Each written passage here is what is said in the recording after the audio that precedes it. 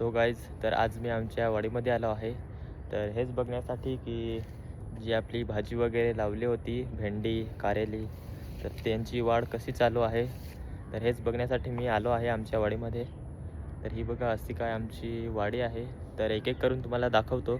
तर मित्रांनो, हे बघा, हे जे लाकडं वगैरे गाळले आहेत, तर इकडे कारेली लावलेले आहेत.